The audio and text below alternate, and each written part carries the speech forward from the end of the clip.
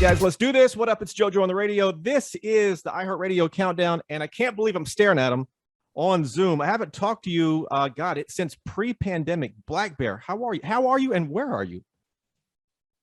I'm in New York City. I'm doing all right. I missed therapy this week, so like mentally, I'm a little worn out, but I'm fine. I'm on tour. Tour is exhausting, but it's exhilarating at the same time. I've been all over the country in less than a month or two. So it's been great. I describe my pandemic experience, especially in the early part of it, as sort of a sci-fi movie. We've lived through such a bizarre, moment. How would you describe how it's been for you? Yeah, it's been like Cloverfield for sure. It's amazing though, because I'm a new dad. My son is 1 year and 8 months. I got to spend all that time watching him grow every week. And it was a beautiful experience for me and my family. And I got another son on the way that'll be born in March. And so I just my family's growing. It's been a bittersweet symphony for sure. No doubt. Well, I've got questions about being a new dad. I'm a dad, but my daughter's 13, and that's a whole nother set of situations there, but I know nothing about that, JoJo. It's coming. Get ready. Blackbear, Misery Lake. This EP's been out since August of 21, of course. For people who don't have it or haven't gone through it yet, talk about Misery Lake and what do people need to know? Misery Lake is it's another chapter of Blackbear. It was inspired visually by my favorite designer, Raph Simmons. I visually just put myself in the woods. It's all about isolation. It was a quarantine album, so it's very real and very honest. There's no filter. Misery Lake is I'm just glad for it to be out. And there's a song for everybody on there. I think there's all different genres of music. There's one with Travis Barker. There's one with Tate McRae. And the single At My Worst, if you haven't heard it yet, go listen to it. No doubt. Hey, is there an interesting, story behind the title, Misery Lake? Not really interesting. It's just I was in quarantine and I was tagging all my photos on Instagram, Sad Island and Misery Lake, and so I kind of I made that my location for the album. I'm a big scary movie, horror movie fan, and I think Misery Lake needs to be, if it's not already, a title for some movie. I don't know why that comes to mind, but because it's inspired by Camp Crystal Lake. Of course. From Halloween. Yeah, there you go. Blackbear, I don't know if this story is old or not, but I haven't talked to you about it, and I'm not sure if who knows, but true or false, you had to move at one point because too many people found out where you lived at, and it became a little crazy. Is there any truth to that? There is truth, and it's happened twice now, that where people kind of found out where I lived, and then I moved to a gated community and they couldn't get in anymore.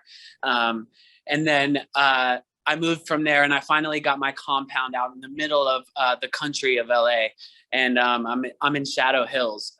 So come and find me now. Good luck trying to find me because I'm on 15 acres in the country. You can't find me now. So good luck. Wow. So that was part of the, I guess I'm picturing you with the real estate agent walking around, and that was part of the process. I need a place that nobody can find. That was part of that was an actual conversation. Yeah. I mean, it was there was t-shirts being thrown over my gate that were like Photoshop pictures of me and another person. I don't know who they are, on the t-shirt. And there was it was nice. It was like presents being thrown over my gate and stuff like that. And just, it wasn't anything there wasn't too many stalkers just taking pictures of me outside, except for paparazzi a few times, but nothing crazy. Yeah. Got it. Well, I think everybody who is sane completely gets what you're saying for sure. You're on tour now. We'll get into all the tour talk later on with Maroon 5. But you were on the first tour bus, and I saw you tweet about this. You were on the first tour bus to enter Canada since the pandemic. Yeah. Talk about first of all, how did they find out? Who keeps track of that? And what's that all about? Our bus driver told us that's where I got the information from, was my bus driver. But it's pretty amazing. That it's pretty amazing that nobody's tested positive. We've all been really safe. When we're in like a bubble. We're not allowed to go out to a lot of places. There's no backstage access. None of my friends have been able to watch the show from backstage. It's been regular tickets. We're just playing it really safe, and just like everybody's vaccinated, and you know. Very smart. Yeah, I was talking to, I'm curious, and this is, a couple of months back, so I'm sure things have changed in Canada since, but I was talking to Alessia Cara, and she said when she went from the States back into Canada, that they had to quarantine in a hotel for a couple of days, and really? you pay for the hotel, then you have to stay in your house for X amount of days as well, and they check on you. They knock on your door, like knock, knock, knock. Is this you? Show me an ID. Did any kind of procedures, any kind of crazy procedures in Canada, or you just kind of stayed on the bus and stayed on tour?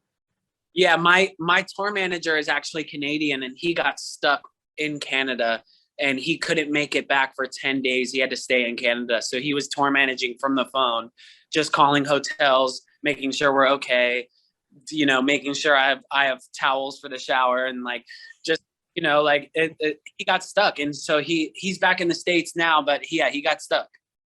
Man, Canada is not playing around. Good for them. Talking about tours, Black Bear, this Maroon 5 tour that you're on, I mean, I guess just, the obvious question, it must feel good to be back, even with the restrictions and the certain precautions you're taking. It must feel great to be back on the road doing what you do.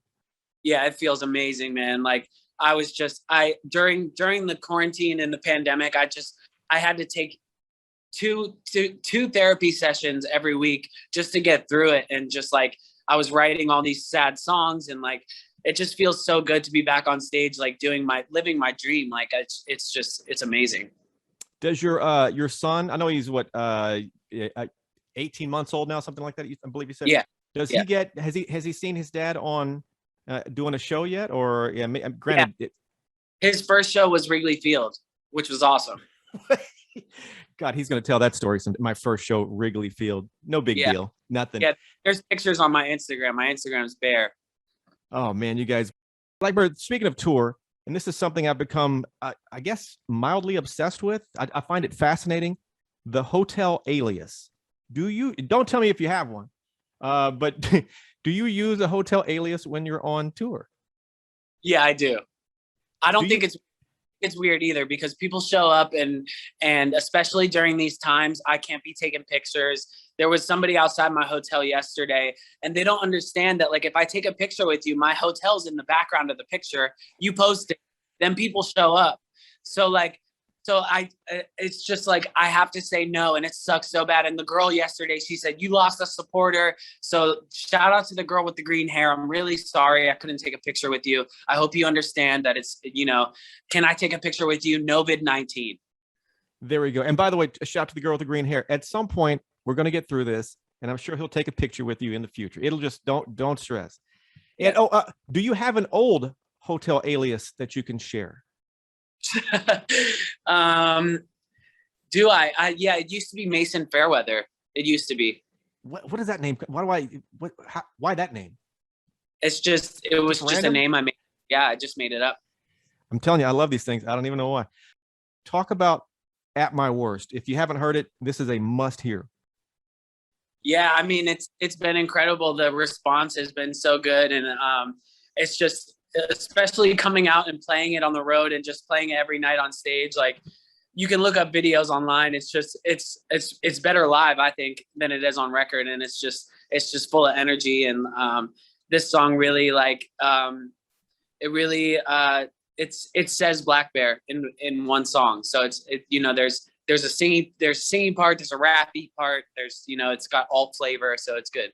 If your son, like, if you're going to play hey dad, play me the song that represents you the most, is this the one to date that you would play him first?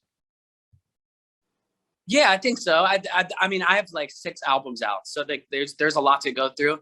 When I play my old music for my son, he doesn't like it. He only likes new music. I guess because I used to record my songs drunk, and I used to sound a lot different. But now, sober dad, my son likes my music now. He even sings Hot Girl Bummer. So which is, I let him sing that. Blackbear, what is the before you're an artist, you're a fan. What is the best live performance you have ever seen? Maybe it changed your career. Who knows? But which one grabs you? Wow. I got to see, most recently, I got to see Elton John at Staples Center, which was mind blowing. I got to see Limp Bizkit at the Troubadour. That was freaking amazing. Fred Durst is a good friend of mine, and shout out to Fred. I'm trying to think of good. As a kid, I went to see Jimmy Eat World and Blink-182 and Green Day. There was a tour that all three of them did together. That was life changing for me as well. Yeah, and just going to the Warped Tour as a kid. And the Warped Tour, that will that's a game changer for sure. Yeah, no doubt, man. 13 years old, so I got to see bands like NoFX and Rancid, and stuff like that. Two-part question: what is your personal best live performance? You think this was like everything went perfect, and then the complete flip of that. What is your best worst performance? Everything went straight to hell. I mean, I just did Fenway Park, and that was even better than Wrigley Field. And so I think this tour I've been putting out some of the best performances. My worst, I fell off the stage in Miami with my acoustic guitar. Luckily, I landed near my crotch region, and I didn't hit my the family jewels, but I got really close, and so I fell off the stage in Miami. So that was probably the worst. If you guys, I don't know how many of you guys know that most stages, or at least a lot of the ones I've seen, it's higher than you think. So you fall off, man. That's a drop. I was on what's called an ego riser as well. So I was 5-6 feet on top of the stage on a riser. Yeah. Oh my God. Luckily you didn't hit the jewels, man. That would have been a wrap for yeah. Sure. I wouldn't have had these two beautiful kids. Yeah. No doubt. Blackbear, I don't know if you know this about me, but I am obsessed with the paranormal and ghosts, UFOs, everything in between. I've got a podcast called Paranormal-ish. I mean, I'm off the deep end. Well, they just recently said that UFOs are for sure, they are for sure real. 100%. They're still trying to, lock down what it is, but they whatever it is, it's not from here, according to most. So agreed. Yeah. Right. It's not even a fact if we agree or disagree anymore. They're out there. Totally. But you've had some sort of a ghost thing, right? Yes. I frequently get visited by, I don't know who it is. And it's really freaky, but it doesn't matter what part of the world I'm in. This ghost always comes to my bedroom in the middle of the night. And yeah. No. So it's not the building or the property that's haunted. It's following you, whoever it is, for whatever reason. Do you have a theory or is there any kind of, have you done any research on what, why, or who it could be? No, I just kind of make friends with it. And I just, what up, yo? Just kind of what's up to it and go back to bed. And I try not to let it freak me out too much. All right. One of these days, if anything else happens, please keep me posted. I need to know this, Blackbear. You are a dad. You got another kiddo on the way. I mean, dad life. Sum it up for me. How has it been? So, are you guys getting any sleep? Because when your kids are young, man, they have energy. Yeah, it's midnight. My first son, he's kind of sleeping through the night now. He's gotten to the point where he's sleeping through and he's sleeping in his crib. But he likes to wake up at 3 a.m. and come into bed with us. And he likes to put his legs into his mom, and he likes to put his head into me, into my chest. He sleeps completely diagonal, which is totally comfortable when you're completely. So I relaxing. have 4 inches of room on the bed. Yeah. Oh, that's awesome. And don't say this if you can't answer this. If it's a private thing, please, forgive me for asking. But what's the story behind the name Midnight? What an awesome name. Oh, thank you. Yeah. It's just midnight is a new day. It's a new beginning, and so I think his name represents just a new chapter in life, a brand new day. So that's what it's about. Love it, man. Just love it. What is your favorite lyric that you have ever written? Oh, wow. It's impossible. I know. I don't know. The first thing that comes to mind is the Afterglow is one long song. It's my first EP that I ever put out. If you want to go back in my discography and go back to like 2015, the Afterglow would probably be my best lyric. It's one long song, so I would say that. That's my one long song that is perfect to me. Sorry for asking you an impossible question. That is, I know, like it's almost like you have to pick which one of your kids is the favorite, which you can't do, you know. Right. So, Blackbear, what is your? I mean, we're almost at the end of 21. 2022. We never thought it would get here. It's coming. What are your goals for this next year in 22 and in 2022 and beyond? You know, I want to just continue to just wake up and stay happy and you know, like fight depression and anxiety, and I've done a pretty good job of managing that with therapy and medication, but I also want to make the best album of my life. I'm working with Travis Barker on a new alternative rock album, so that's the goal for 2022, is just make a great album. How far along are you guys in that album, and what else can you say about it? We're just in the writing process. I'm in my green room of the Maroon 5 tour right now. I'm just writing all the songs, and I'm going to bring them back to LA, and we're going to work on it as soon as I get home. When you get back to LA, man, I want to, when the time is right, whatever feels right for you, I want to get you back in the studio and like just hang for a quick second and do this, but in person, you know? Or you can come by the compound at Shadow Hills. Done. If I can find it, I'm there. By the way, how are the guys of Maroon 5? I haven't talked to Adam or James or any of them in quite a while. How are those madmen?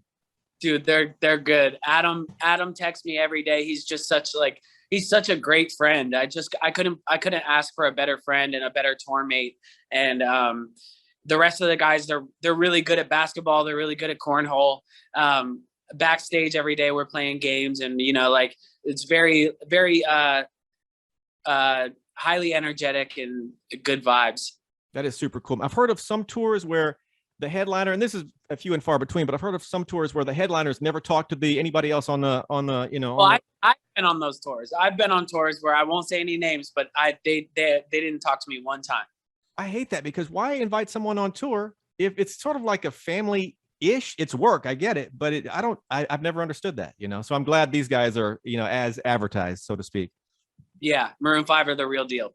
All right, Blackbear, am I forgetting anything to ask you? No, we covered it all. All right, man. So good to see you, dude. At the end of it, man, yeah, and we got to connect at some point. At the end of every countdown, man, fist bump to make it official. Can you tap that cam, sir? Boom. Boom.